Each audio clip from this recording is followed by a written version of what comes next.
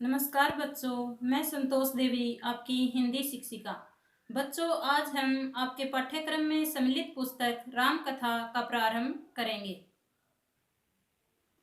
बच्चों, क्या आपने राम, लक्ष्मण, सीता, हनुमान, रावण, सुग्रीव आदि के बारे में सुना है? ये सभी राम कथा के प्रमुख पात्र हैं। राम कथा हमारी पौराणिक कथाओं में से एक प्रमुख कथा है। और तो और बच्चों, आज आपके पास एक बहुत ही सुनहरा अवसर है इस कथा के बारे में जानने का, क्योंकि आजकल इस पौराणिक कथा का प्रसारण टेलीविजन पर हो रहा है। टेलीविजन पर इसे देखकर आप मनोरंजन के साथ साथ अपनी जानकारी भी बढ़ा सकते हैं। मेरी आपसे ये सलाह है कि आप टेलीविजन पर ऐसे ज्ञानवर्धक कार्यक्रम अवश्य देखें। तो बच्चों, आज हम राम कथा का पहला पाठ प्रारंभ करते हैं। राम कथा के पहले पाठ का नाम है अवधपुरी में राम। अवधपुरी ये उत्तर प्रदेश में एक स्थान का नाम है। यह कथा अवध की है और बहुत पुरानी है। अवध में सरयू नदी के किनारे एक अति सुंदर नगर था जिसका नाम अयोध्या था। अयोध्या है वो सरयू नदी के किनारे बसा हुआ था। सही अर्थों में दर्शनीय, दर्शनीय का मतलब देखने योग्य, देखने लायक। भव्यता जैसे इसका दूसरा नाम हो, भव्यता मतलब सौंदर्य इसका जैसे दूसरा नाम हो। अयोध्या में केवल राजमहल भव्य नहीं था, उसकी एक एक इमारत आलीशान थी। यानी केवल राजा का जो महल था वो ही सुंदर नहीं था, बल्कि वहां का एक एक घर आलीशान था, बहुत ही सुंदर था। आम लोगों के घर भव्य थे, यानी आम जनता के जो घर थे वो भी बड़े सुंदर थे। सड़कें चौड़ी थी, सुंदर बाग बगीचे थे, पानी से लबालब भरे सरोवर थे, सरोवर मतलब तालाब। खेतों में लहराती हरियाली, हवा में हिलती फसलें सरयू की लहरों के साथ खेलती थी। जो फसलें लहराती थी तो वह ऐसे लगती थी जैसे सरयू नदी की लहरों के साथ खेल रही हो। अयोध्या हर तरह से संपन्न नगरी थी। संपन्न मतलब परिपूर्ण, परिपूर्ण नगरी थी। संपन्नता कोने अंतरे तक बिखरी हुई थी, यानी अयोध्या थी वो हर प्रकार से, हर एक कोना उनका संपन्न था, परिपूर्ण था। सभी सुखी थे, सब समृद्ध थे। सब समृद्ध मतलब सभी सुख सुविधाएं थी वहां। दुख और विपन्नता, विपन्नता होती है गरीबी, को अयोध्या का पता नहीं मालूम था, या उन्हें नगर की सीमा में प्रवेश करने की अनुमति नहीं थी। इसका मतलब ये है कि अयोध्या में कोई भी व्यक्ति दुखी नहीं था, न ही कोई गरीब था। पूरा नगर विलक्षण था। विलक्षण मतलब अनोखा, अनुपम था। अद्भुत, अद्भुत मतलब विलक्षण। मनोरम, मन को हरने वाला, मन को सुंदर लगने वाला। उसे ऐसा होना ही था। वह कौशल राज्य की राजधानी जो था, यानी अयोध्या थी वो कौशल राज्य की राजधानी थी। राजा दशरथ वहां के राजा थे।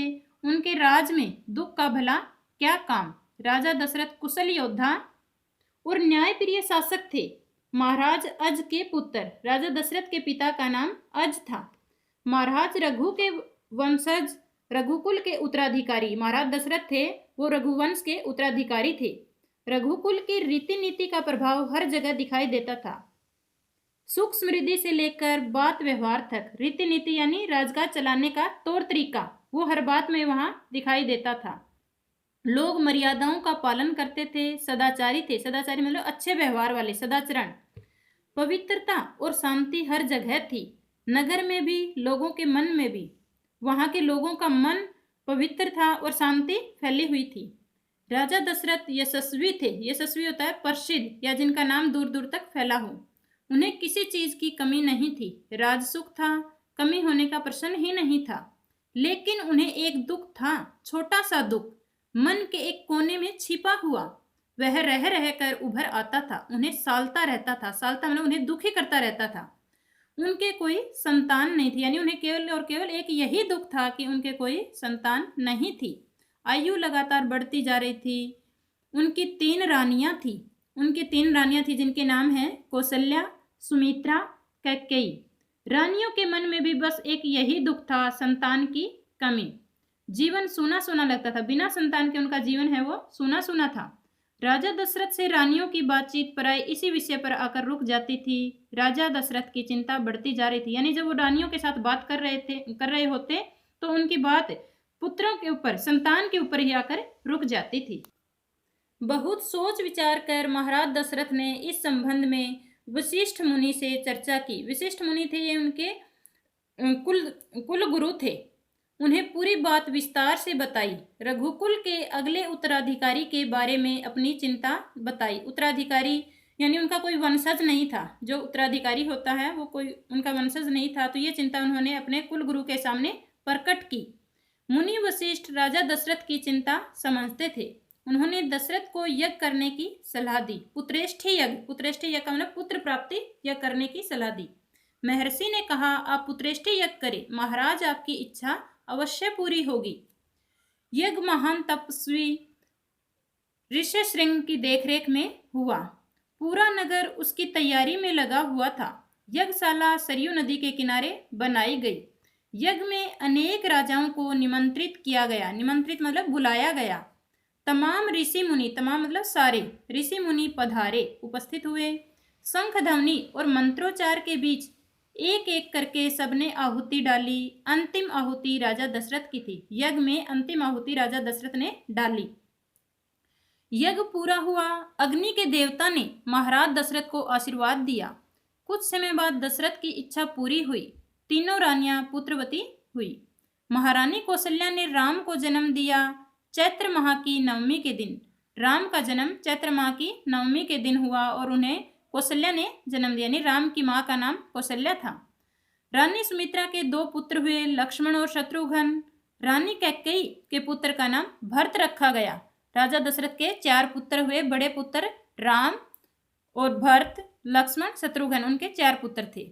राजमहल में खुशी छा गई। नगर में बधाइयां बजने लगी। मंगल गीत गाए गए। हर ओर खुशी, उत्सव जैसा दृश्य। राजा दशरथ प्रसन्न थे। उनकी मनोकामना पूरी हुई। प्रजा प्रसन्न थी कि दशरथ की चिंता दूर हुई। नगर में बड़ा समारोह आयोजित किया गया। समारोह मतलब उत्सव मनाया गया धूमधाम से। आयोजन में दूर दूर से लोग आए। राजा दशरथ ने सबको पूरा सम्मान दिया। सम्मान मतलब इज्जत। उन्हें कपड़े, अनाज और धन देकर विदा किया। चारों राजकुमार धीरे धीरे बड़े हुए। वे बहुत सुंदर थे। सुदर्शन मतलब देखने में सुंदर। साथ खेलने निकलते तो लोग उन्हें देखते रह जाते। आंखें उनसे हटती ही नहीं थी। चारों भाइयों में आपस में बहुत प्रेम था। वे अपने बड़े भाई राम की आज्ञा मानते थे। खेलकूद में लक्ष्मण प्राय राम के साथ रहते। भरत और शत्रुघ्न की एक अलग जोड़ी थी, यानी राम लक्ष्मण की जोड़ी थी और भरत शत्रुघ्न की जोड़ी थी। और बड़े होने पर राजकुमारों को शिक्षा दीक्षा के लिए भेजा गया। उन्होंने कुशल और अपनी विद्या में दक्ष गुरुजनों से ज्ञान अर्जित किया। दक्ष होता है निपुण, अर्जित मतलब ग्रहण करना या सीखना। शास्त्रों का अध्ययन किया, शस्त्र विद्या सीखी। चारों राजकुमार कुशाग्र बुद्धि थे। कुशाग्र मतलब तेज बुद्धि वाले थे।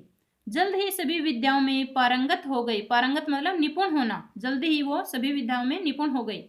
राम इसमें सर्वोपरि थे, यानी इन सब विद्याओं में राम चारों भाइयों में सर्वोपरि थे, सबसे श्रेष्ठ थे। उनमें कई अन्य गुण भी थे। राम में ये सब इन विद्या के साथ साथ विवेक, शालीनता, न्यायप्रियता जैसे भी गुण थे। राजा दशरथ को राम सबसे अधिक प्रिय थे।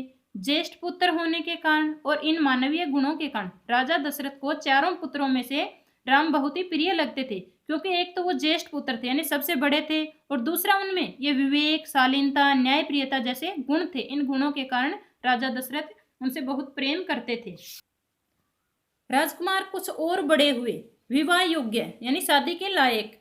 नगर में इसकी चर्चा होने लगी। महाराज दशरथ भी ऐसा ही चाहते थे, अपनी संतानों के लिए सुयोग्य वधुएं।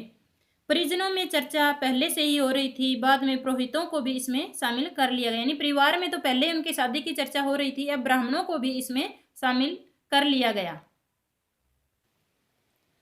तो बच्चों, इस पाठ को आज हम यहीं पर विराम देते हैं।